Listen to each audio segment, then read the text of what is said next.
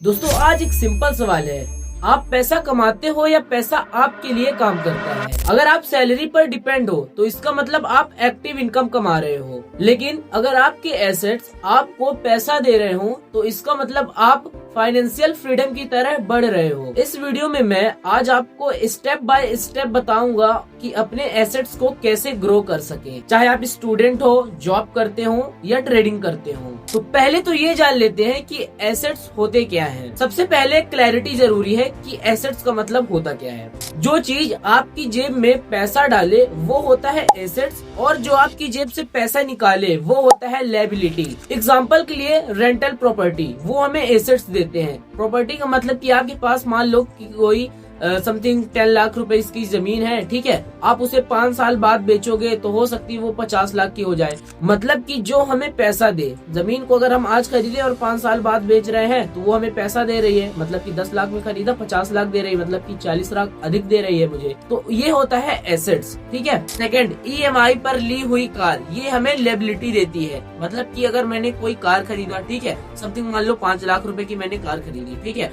अब मुझे इसका किस्त भरना है, ठीक है। मैंने 1 लाख तो दे दिया टोकन, अब मुझे इसका किस्त भरना है। तो इसमें जो पैसा जा रहा है वो किसकी जेब से जा रहा है? वो तो हमारी जेब से ही जा रहा है। तो ये होता है लायबिलिटी। ज्यादा लोग गलती यहाँ करते हैं कि उन्हें लगता है कि महंगी चीजें खरीदना मतलब कि रिच बनना है, लेकिन सच्चाई ये नहीं है। सच्चाई तो ये है, रिच बनना मतलब इनकम जनरेटिंग एसेट्स बनाना है। तो चलिए हम एसेट्स को पूरी तरीके से स्टेप बाय स्टेप समझते हैं।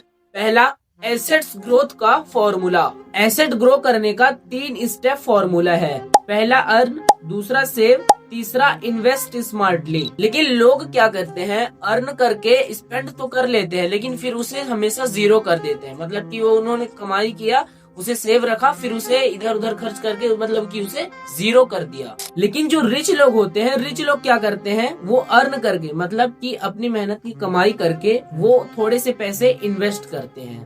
ये माइंडसेट शिफ्ट ही सबसे बड़ा गेम चेंजर है। स्टेप 2, अपने इनकम को ऑप्टिमाइज कैसे करते हैं। देखो सिंपल फंडा है, एसेट ग्रो करने से पहले अपनी जो इनकम है उसे स्ट्रॉन्ग करना बहुत ही जरूरी है। सपोज दैट अगर किसी की इनकम 15,000 है और उसका एक्सपेंस जो है वो है 14,000, तभी ये इन्वेस्ट का स्कोप काम करेगा। इसके लिए सिंपल है, आपको 4 रूल फॉलो करने पड़ेंगे। पहला, अपनी स्किल्स को हमेशा अपग्रेड करते रहो। अगर आप किसी भी चीज में वर्क कर रहे हो, किसी भी स्किल्स पर काम कर रहे हो, तो इस स्किल्स को एक ही जगह पर टिक कर मत रखो, उस स्किल्स को अपग्रेड करते रहो। दूसरा, साइड इनकम स्टार्ट करो। तीसरा, आप ट्रेडिंग प्लेटफॉर्म में भी आ सकते हो, वो बहुत अच्छा ऑप्शन है। चौथा, अपनी अर्निंग कैपेसिटी को हमेशा बढ़ाते रहो। मतलब कि आप जो अर्न कर रहे हो, अगर आज 15,000 कर रहे हो सकता है मेहनत करते करते 2 महीने बाद हो जाए 20,000 सैलरी, फिर उसके बाद 25,000। मतलब कि कुल मिलाकर अपने अर्न को ग्रो करते रहो। क्योंकि याद रखो दोस्तों, अगर अपनी इनकम बढ़ेगी तभी इन्वेस्ट का पावर बढ़ेगा।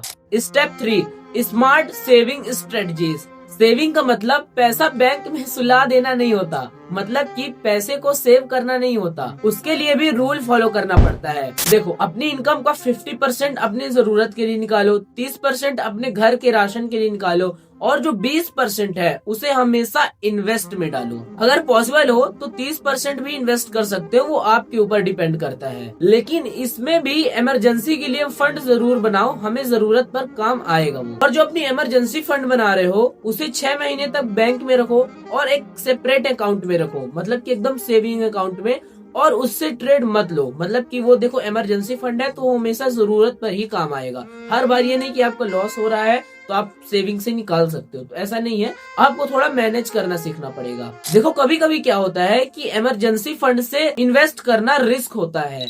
Step 4, best assets for beginners. अब बात करते हैं कुछ इन्वेस्ट ऑप्शंस की। पहला, स्टॉक्स। ये लॉन्ग टर्म वेल्थ क्रिएशन के लिए बहुत ही बेस्ट टूल है।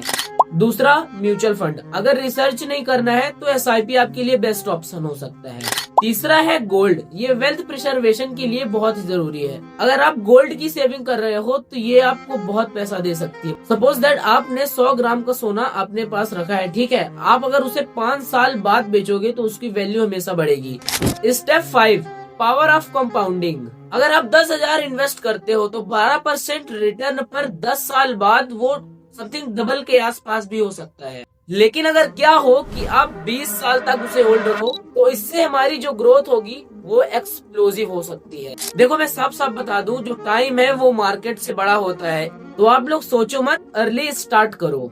स्टेप 6, ट्रेडिंग या इन्वेस्टिंग। ट्रेडिंग और इन्वेस्टिंग में बहुत लोग कंफ्यूज हो जाते हैं कि उन्हें ट्रेडिंग करना चाहिए या इन्वेस्टिंग करना चाहिए। देखो, जो ट्रेडिंग है वो शॉर्ट टर्म प्रॉफिट तो जरूर है, लेकिन इसमें जो रिस्क होता है वो बहुत ही हाई होता है और आपको इसमें समथिंग 6 महीने तक तो हमेशा एक्टिव ही रहना पड़ेगा। लेकिन जो इन्वेस्टिंग है वो लॉन्ग टर्म ग्रोथ है, इसमें कोई भी रिस्क नहीं रहता। ठीक है, आप इन्वेस्ट कर पैसा लगा दियो, ठीक है, उसे 2-3 साल तक भूल जाओ, वो ऑलरेडी बढ़ेगा। मतलब कि आपने जिस भी कंपनी या शेयर्स में जितने भी पैसे लगाए होंगे तो वो 2 या 3 साल में बढ़ ही जाएंगे। ठीक है, तो उसमें अपना रिस्क एक भी नहीं रहता और कंपाउंडिंग हमेशा बेनिफिट ही रहता है। अगर आप ट्रेडर हो तो प्रॉफिट का कुछ पार्ट लॉन्ग टर्म इन्वेस्टमेंट में सेव करो, सिर्फ ट्रेडिंग पर डिपेंडेंट मत रहो। पार्ट 7, बिगेस्ट मिस्टेक्स जो बहुत से लोग करते हैं। पहला, वो फोमो में आकर इन्वेस्ट करते हैं, मतलब कि लालच में आकर इन्वेस्ट करते हैं। दूसरा, बहुत से लोग लोन लेकर भी इन्वेस्ट करते हैं। तीसरा, वो ग्रीड में आकर सोशल मीडिया को भी फॉलो करने लगते हैं, मतलब कि देखे नहीं कि हाँ भाई आजकल यूट्यूब ट्रेंडिंग में चल रहा है, बहुत से लोगों के सब्सक्राइबर बढ़ रहे हैं, चलो मैं भी आता हूँ। तो उसमें आना सिर्फ एक मकसद नहीं होना चाहिए, एक साइड इनकम की तरह उसे मानो। ठीक है, अगर आप सिर्फ ऐसा मानते हो कि हाँ भाई सब लोग आ रहे हैं तो मैं भी आऊँ, तो इस तरह में आपका घाटा ही होगा या फिर आपका समय बहुत जा सकता है।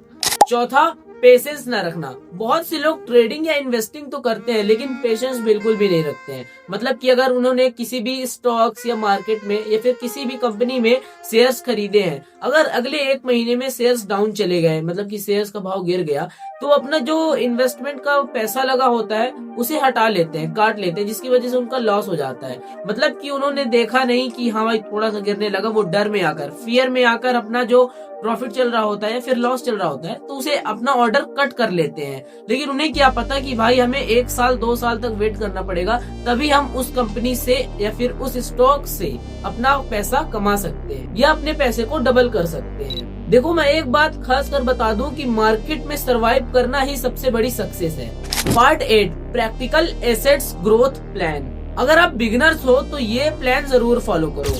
अगर आप इन्वेस्टिंग या ट्रेडिंग करने जा रहे हो तो 1 से 3 महीने में इमरजेंसी फंड बनाओ, 4 से 6 महीने तक SIP स्टार्ट कर दो, 7 से 12 महीने तक में आप स्टॉक सीख लो और इन्वेस्ट करना शुरू कर दो, और फिर 2 साल तक में मल्टीपल इनकम सोर्स ऐड करो। मतलब कि यूट्यूब खोल लिया या फिर कोई भी अपना साइड इनकम जैसे कि मोबाइल की शॉप खोल लिया, और बहुत सारे ऐसे ऑप्शन होते हैं साइड इनकम के। और फिर 3 साल बाद एसेट से इनकम आना स्टार्ट हो जाएगी। लेकिन इन सब में एक बात बहुत ही कॉमन है, कंसिस्टेंसी। आपको हो सकता है कि आप बहुत जल्दी अमीर बनने की सोचो, लेकिन अगर आपकी कंसिस्टेंसी ही नहीं होगी, आप सोचोगे मैंने 6 दिन तक चलो ट्रेडिंग किया, आज संडे है भाई आज छोड़ देते हैं। लेकिन अगर आप ऐसे ही 6 महीने तक करते रहोगे तो आप ट्रेडिंग में हमेशा एक्टिव नहीं रह पाओगे। मतलब कि ट्रेडिंग में 6 के 6 महीने आप एक्टिव नहीं रह पाओगे, इसलिए इसमें कंसिस्टेंसी बहुत ही जरूरी है। बड़े प्लेयर का जो माइंड शिफ्ट होता है वो हमेशा अलग होता है, क्योंकि वो हमेशा यही मानते हैं कि रिच बनना लक नहीं है, ये हैबिट्स का रिजल्ट है। क्योंकि उसमें जो ये 4 चीज होती है,